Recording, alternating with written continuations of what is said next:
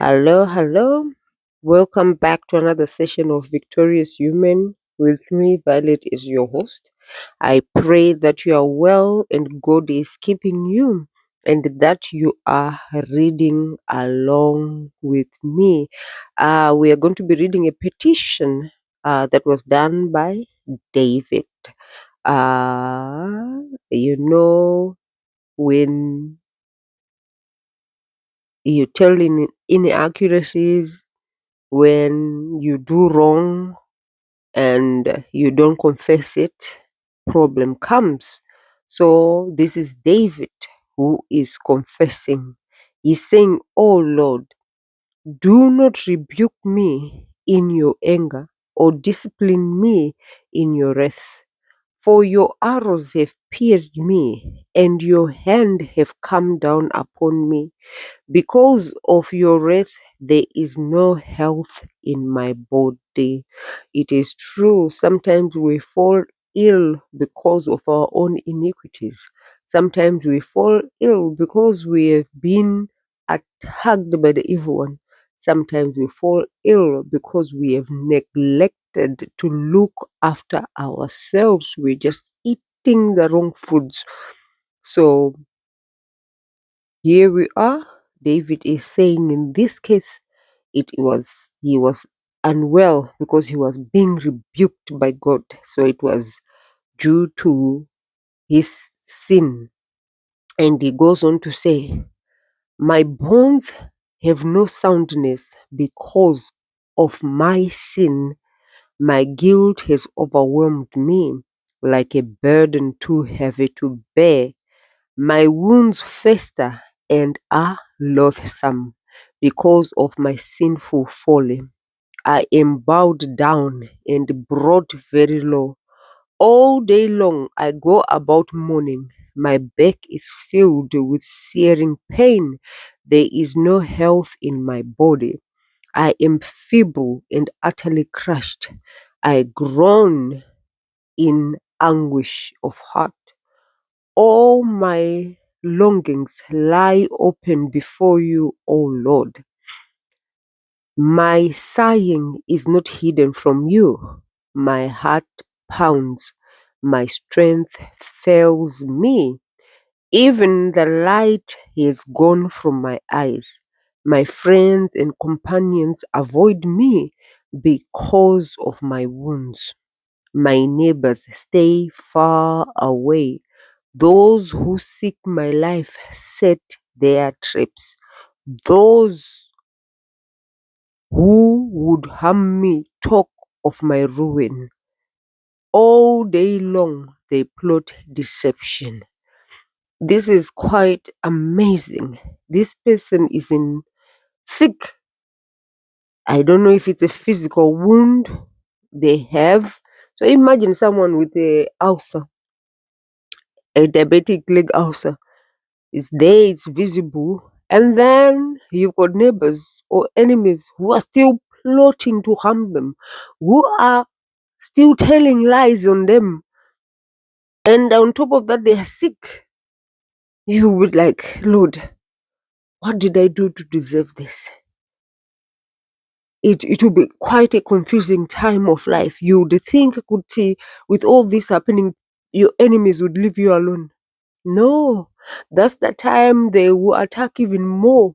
Because remember, the enemy comes to steal, kill, and to destroy.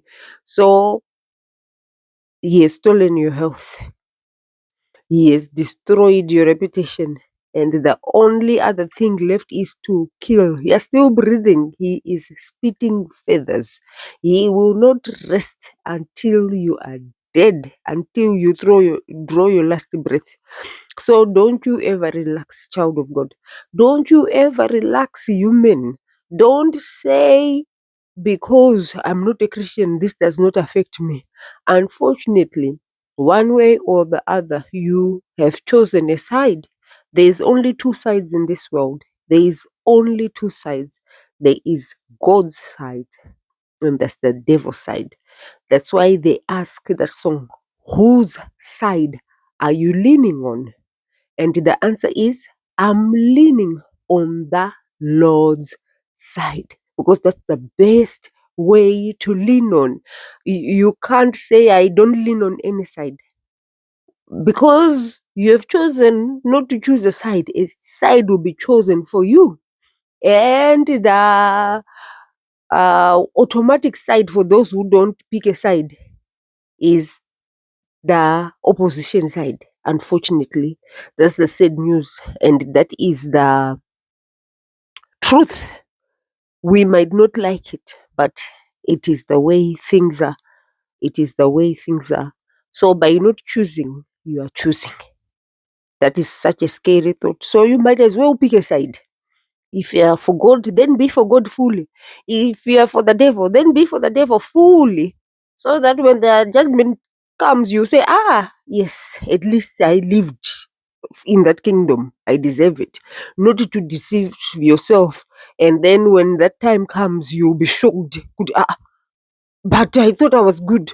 I thought I was helpful. I thought, no, goodness is good, but goodness will not get you into heaven. Don't be fooled by that movies where we are told everybody who dies go to heaven. No, no. Guess what? Some Christians don't even make it to heaven. Why? Because they were not fully, completely devoted to the person they claimed to belong to. It is quite a scary situation. It is quite a scary situation. So you die daily. You die daily. Being a Christian is a process of dying daily. Huh? And he says here, rest. You die to your flesh and you rest in God. Wow, wow, wow. That is quite amazing. So let me continue reading. I'm on verse 13, and it says, I am like a deaf man who can't hear, like a mute who can't open his mouth. I have become like a man who does not hear, whose mouth can offer no reply. I wait for you, O Lord. You will answer, O Lord my God. For I said, do not let them gloat or exalt themselves over me when my foot slips, for I am about to fall, and my pain is ever with me. I confess my iniquity. Yes, confess. I am troubled by my sin.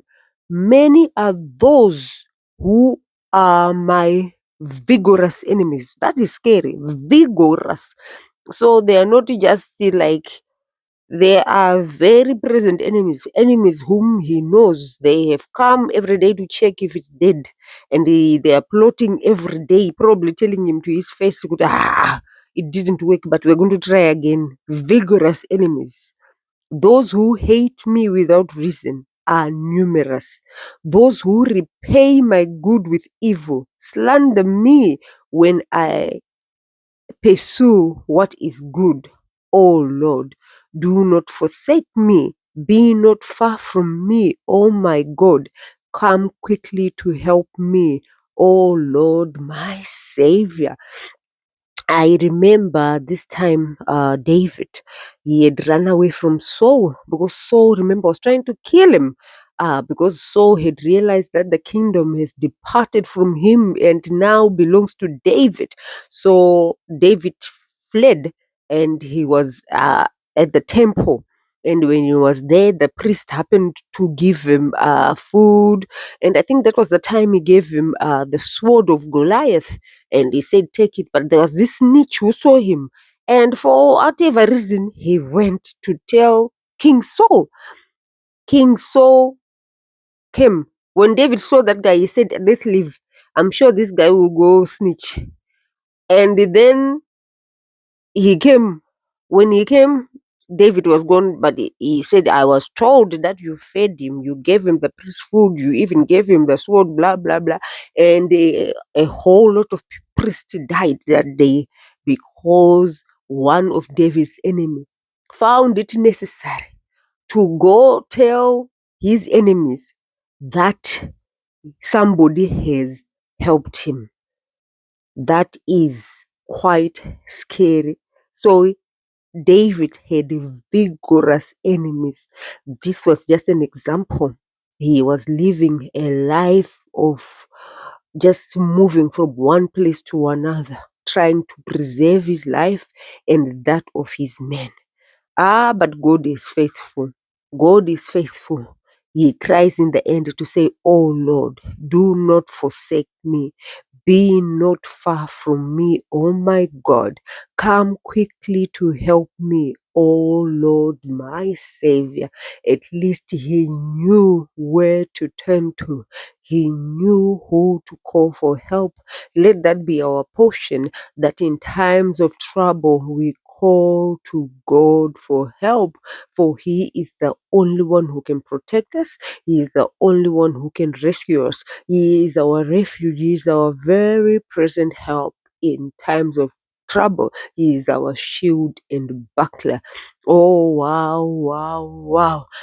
So let's be like David and petition to God to rescue us in our time of trouble. That is all from me for now. Remain blessed and continue to be victorious. Goodbye.